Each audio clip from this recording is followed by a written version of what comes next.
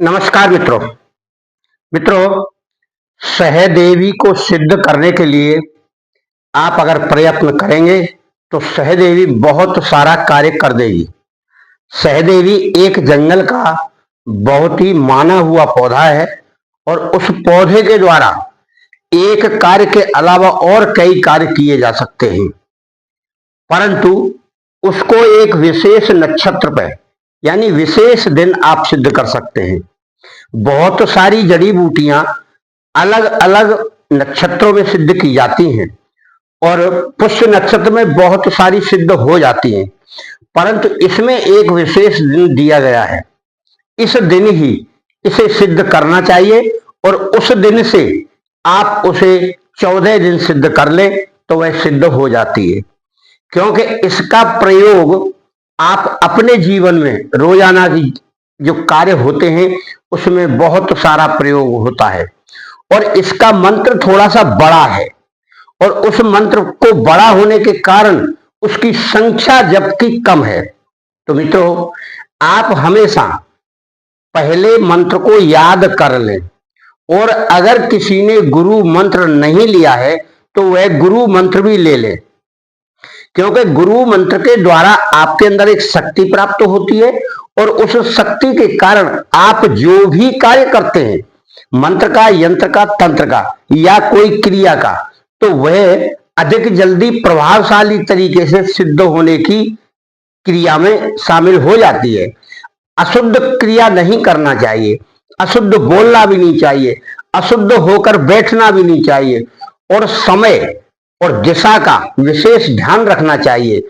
मंत्र की क्रिया में हमेशा थोड़ा सा शांति से बोले जिससे सही उच्चारण हो और विशेष तौर पर दिशाओं का विशेष ध्यान रखना चाहिए और नक्षत्रों का और उन दिनों का जो दिन निश्चित किया है, यानी जैसे सोमवार, मंगल, बुध, वो तो दिन है, पर नक्षत्र रोहिणी नक्षत्र, अश्लेषा, पुष्य, ये नक्षत्र की श्रेणी में आते हैं। इसी प्रकार से दिशाएं भी होती हैं, चारों साइड 8 दिशाएं होती हैं और ऊपर नीचे एक मिलाकर 10 दिशाएं होती हैं। इस प्रकार से उन दिशाओं का आपको ध्यान रखना है। कोई भी मंत्र जल्दीबाजी में सिद्ध करने की कोशिश ना करें, क्योंकि जल्दबाजी में कोई भी क्रिया हो नहीं पाती है। इस क्रिया में आपको एक देवी का फोटो सामने लगा लें, यानी जिसका हम नाम बता रहे हैं मातंगी देवी। मातंगी देवी का फोटो आप एक छोटा फोटो लगा लें जो आपको स्पष्ट दिखाई देता हो और उसको लगाकर आपको पूजा करनी है। रात्रि को, शाम को करें 9 बजे 8 बजे। रात्रि का मतलब होता है सूर्य छिपने के बाद। तो इस क्रिया को करने के लिए जो हम विधि बता जाए वह विधि आप बिल्कुल हिसाब किताब लगाकर ही करें। रोजाना नहीं करना है कि चाहे जब शुरू कर दें। तो इसके लिए आपको कृष्ण जन्माष्टमी का दिन चुनना है, उसी दिन यह क्रिया करनी है, साल में और किसी दिन नहीं करनी है, क्योंकि यह विशेष कार्य के लिए पौधा सिद्ध किया जाएगा। इसीलिए आप सारी तैयारियां पहले से करके रख लें। मित्रों, कोई भी देवी इतनी आराम से सिद्ध नहीं होती और ना कोई देवता इतनी जल्दी सिद्ध होता है, परंतु आप विधि विधान से करेंगे तो अवश्य सिद्ध होगी। तो मातंगी देवी वह भी आपको सिद्ध करना है तो विशेष नक्षत्र और विशेष दिन आप करें। कृष्ण जन्माष्टमी का ध्यान रखें, जब आए तो उस दिन आपको साफ सुथरा होकर नहा धोकर तैयार हो जाना है और सहदेवी का पौधा आप पहले कहीं जंगल में देख लें। उसी पौधे को आपको लाना है कृष्ण जन्माष्टमी को। कृष्ण जन्माष्टमी के दिन नहा धोकर स्वच्छ होकर और व्रत रहना है। उस दिन कुछ भी खाना पीना नहीं है, पूरा व्रत करके आप उसे सुबह उखाड़ कर ले आए। सुबह उखाड़कर उसे साफ करके किसी बर्तन में रख दे, किसी प्लेट वेट में रख दे। फिर यह क्रिया आपकी यहां तक आज की होगी। फिर करें आप व्रत करने के बाद शाम को 8-9 बजे उसे जैसे पूजा करते हैं उसी क्रम में आप बैठें, धूप दीप नैवेद्य जला लें, तैयारी कर लें, अपना आसन बिछा लें। आसन साधारणतया सफेद बिछाएं या लाल बिछाएं और आपका मुख यानी आपका चेहरा ईशान कोण की तरफ होना चाहिए। अगर ईशान कोण आपको पता ना हो तो अंदाजा कर लीजिए, किसी से पूछ लीजिए, दिशाओं का ज्ञान करके बैठे और ईशान कोण की तरफ ही आपको मातंगी देवी का फोटो रखना है, उसके सम्मुख आपको बैठना है, फिर आपको मंत्र का जाप करना है। मंत्र की संख्या मात्र 32 बार है और 14 दिन की यह क्रिया आपको करनी है। उसी समय पर करनी है, पौधा वही रहेगा, स्थान वही रहेगा। आप अपना रोजाना पूजा करें और सारा सामग्री पूजा की रोजाना साफ कर दें, हटा दें, फिर नई सामग्री लगाएं। जैसे दीपक की बत्ती बदल दें, धूप अगरबत्ती आपने जलाई है उसे साफ कर दें, वहां आपका कोई स्थान है तो वहां थोड़ी सी पोंछा वोछा लगा दें और फिर एक लोटा जल का भर के रखें, थोड़ा छींटे मारें।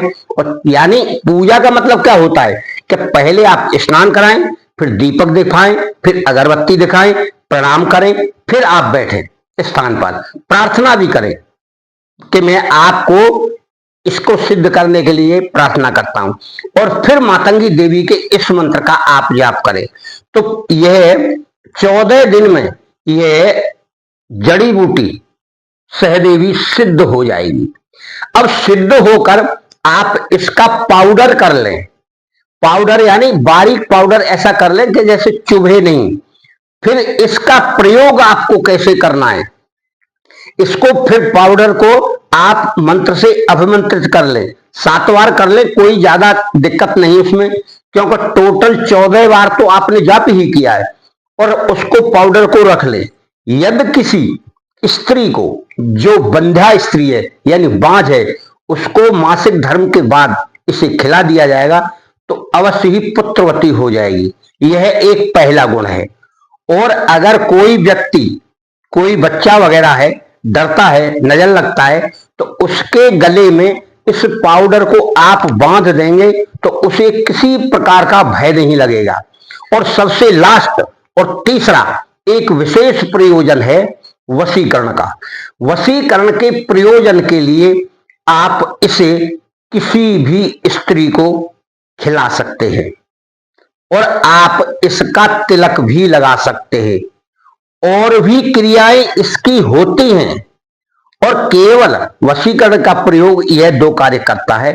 और रोग दोष के लिए आप किसी भी व्यक्ति के गले में इसका छोटा सा ताबीज बनाकर डाल सकते हैं। सभी कार्यों को करने के लिए यह मातंगी देवी बहुत ही शक्तिशाली है। और फिर आप रोजाना शाम को सूरज छिपने के बाद अपने मंत्र का 14 बार जाप करिए और आनंद लीजिए। सर्व आनंद आपके घर में होंगे, क्योंकि जब किसी देवी देवता की कृपा किसी के ऊपर होती है तो उसे आनंद तो प्राप्त होना ही है। मित्रों, आस्था, विश्वास सबसे महत्वपूर्ण चीज है। आप उसे रखकर ही किसी भी देवी देवता का या किसी इष्ट का या किसी सिद्धि के लिए मंत्र का जाप करेंगे तो सफलता अवश्य प्राप्त होगी। 1 बार में नहीं मिलती है, 2 बार करिए, 2 बार में नहीं मिलती है, 3 बार करिए। सारी क्रियाएं गुप्त करिए। ऐसा ना हो कि आपने क्रिया की और बता दी, अरे यार मैंने तो मंत्र वहां से लिया था, उस बाबा ने दिया था, उस वीडियो से देखा, कुछ नहीं होता, मैंने करके देख लिया। अपनी क्रिया को बार बार लगे रहना चाहिए। जिस प्रकार एक बार व्यक्ति किसी परीक्षा में पास होता है तो बार बार करता है और एक दिन सफलता प्राप्त करके आपके सामने वह बताता है कि देखो यह पद मैंने प्राप्त कर लिया। उसका हौसला और उसकी हिम्मत और उसका दृढ़ निश्चय ही उसे सफलता की ओर ले जाता है। आप भी करेंगे तो आपको भी निश्चय सफलता प्राप्त होगी। मित्रों, जो भी इस क्रिया में लगे रहते हैं, जैसे हमारे जैसे लोग, वो अपना मंत्र जाप नहीं छोड़ते और कोई विशेष इच्छा भी नहीं रखते कि मुझे ये मिल जाए, ये मिल जाए, इसके लिए कर, वो अपने मंत्रों का जाप करते रहते। आप भी यह मानकर करिए कि मुझे कुछ नहीं चाहिए। जब आपको जो मिलना होगा वो स्वतः वह शक्ति प्रदान करेगी। केवल उनके सामने आप अपनी इच्छा व्यक्त करें, हाथ जोड़कर प्रार्थना करें कि माता, हे देव, हे गुरुदेव, मुझे यह वस्तु चाहिए या मुझे इसमें सफलता प्राप्त करना है, इसे आप दिलाइए। आप जाने, आपका काम जाने। मैं तो आपको जानता हूं और कुछ नहीं जानता। आपको सफलता निश्चित मिलेगी। थोड़ा इंतजार भी करिए, ऐसा ना हो कि आज आपने बोला है और कल ही हो जाए।